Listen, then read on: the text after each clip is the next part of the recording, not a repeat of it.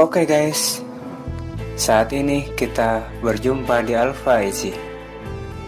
So, buat melengkapi pengetahuan Anda tentang pembahasan ini, silahkan baca keterangan yang ada di deskripsi di bawah video ini.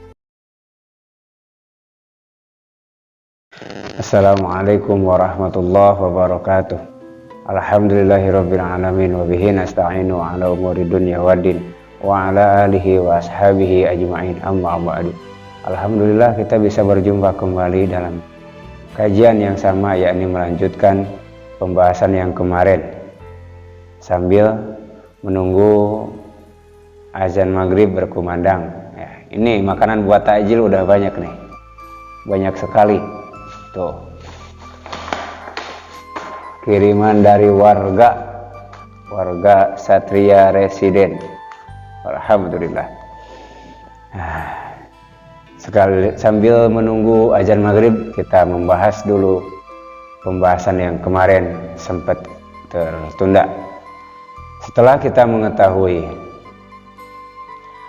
tanda i'rab nasab yang pertama, yang pangkatnya asal, yakni harokat fathah, sekarang kita akan mencoba mengetahui tanda i'rab nasab yang lainnya, yang pangkatnya furu' ataupun cabang dari harokat fathah, yang jumlahannya ada 4. Ada huruf alif, ada harokat kasrah, ada huruf ya, ada huruf nun ataupun membuang huruf nun.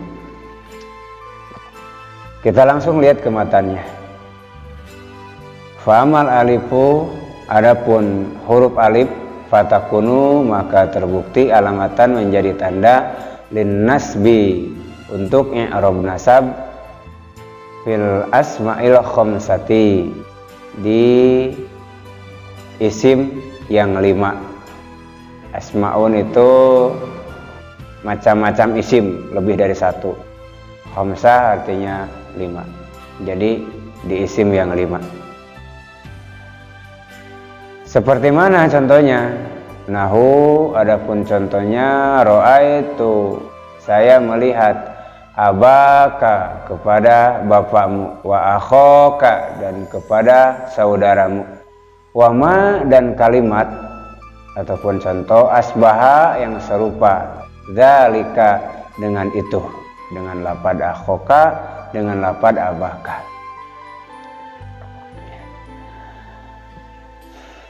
Tanda i'rab nasab yang kedua, yakni huruf alif, sanggup menjadi tanda ketika i'rab nasab hanya di satu tempat, yakni di asmaul khamsah ataupun asmaus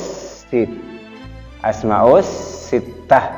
Asmaul khamsah itu adalah isim-isim yang 5. Gak harus kelima-limanya, satu aja dari salah satu isim yang 5 itu, maka untuk menandai i'rab nasabnya pakai huruf alif.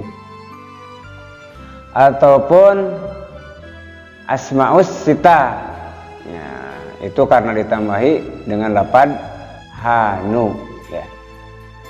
Tuh, syarat-syaratnya seperti asmaul khamsah yang telah diceritakan di i'rab rofa kemarin.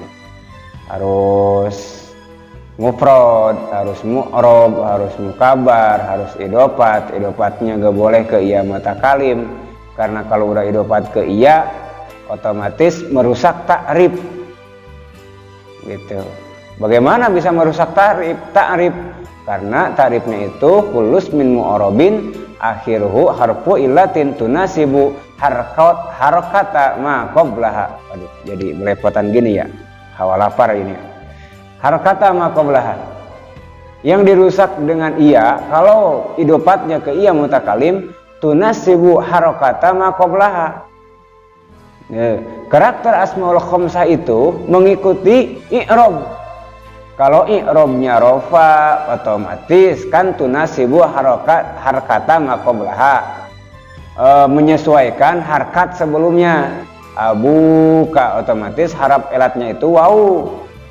Kalau i'rabnya nasab, tunasibu harkata ma qablaha, menyesuaikan harkat sebelumnya. Abaka otomatis haraf elatnya alif. Kalau idopatnya ke iya mutakalim, otomatis waw dan alif akan hilang karena ada iya di situ. Karena tidak boleh ada haraf elat mati dua-duanya terus tidak terpisah ada di satu kalimat. Nggak bisa, tetap harus dibuang salah satunya. Itu urusannya dengan ilmu sorof. Mudah-mudahan ada waktu setelah hatam kitab ini kita akan membahas ilmu sorof. Nah itu. Nah mana tadi ya. Jadi kembali nomor keempat idopatnya itu gak boleh ke iya mutakalim. Yang kelima rapad huruf waw yang ada di dalam lapad abun harus dibuang, kan gitu. Lapad famu yang ada mimnya itu harus dibuang. Jadi fuka ataupun faka gak boleh dibaca famuka ataupun famaka, famuki, famaki gak boleh, buang mimnya. Kemarin ada salah dikit ya, famu itu bukan bibir. Kalau bibir itu sapatun, bukan pamun. Jadi pamun itu mulut lah, bisa dikatakan mulut. Mencakup bibir, mencakup rongga mulut, gigi dan sebagainya. Nah itu. Yang ketujuh, lapad da ataupun du kalau lagi rofa, kalau lagi nasob da harus yang mempunyai makna sahib, jangan du to iya. Itu salah satu syarat asmaul khamsah. Seperti mana contohnya? Seperti lapad itu yang di matan, ro'aitu abaka, ro'aitu saya melihat abaka kepada bapakmu. Yang menjadi contoh asmaul khamsah tingkah nasab alamat nasabnya dengan huruf alif, yakni lapad abaka. Lapad aba di situ ada alifnya. Nah, alif yang di situ merupakan tanda bahwa kalimat lapad abaka merupakan kalimat yang tingkahnya ataupun i'rabnya i'rab nasab. Alamat nasabnya huruf alif. Kenapa enggak huruf fathah? Karena asmaul khamsah. Gitu. Kenapa asmaul khamsah harus dengan huruf alif? Karena tidak ada lagi alif menjadi alamat ataupun tanda di i'rab nasab hanya di asmaul khamsah. Satu tempat udah pasti itu mah. Asmaul khamsah tingkah nasab pasti alamat nasabnya alif. Alif menjadi tanda di i'rab nasab pasti di kalimat asmaul khamsah. Waduh, ini udah mau maghrib nih. Nah, satu lagi ya.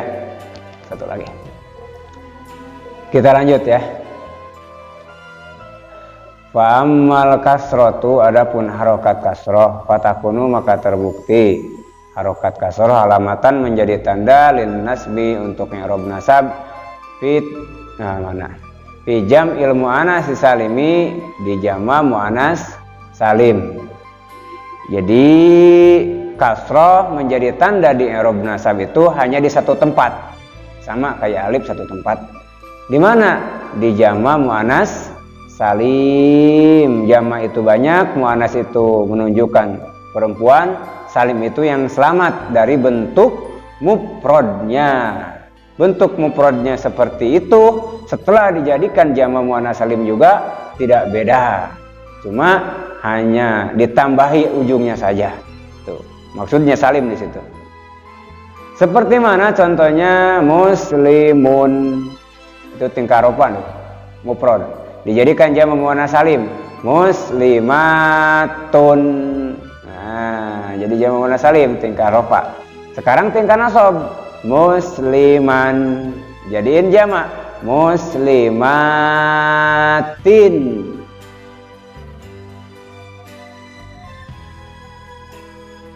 Loh, udah azan ya? Muslimatin.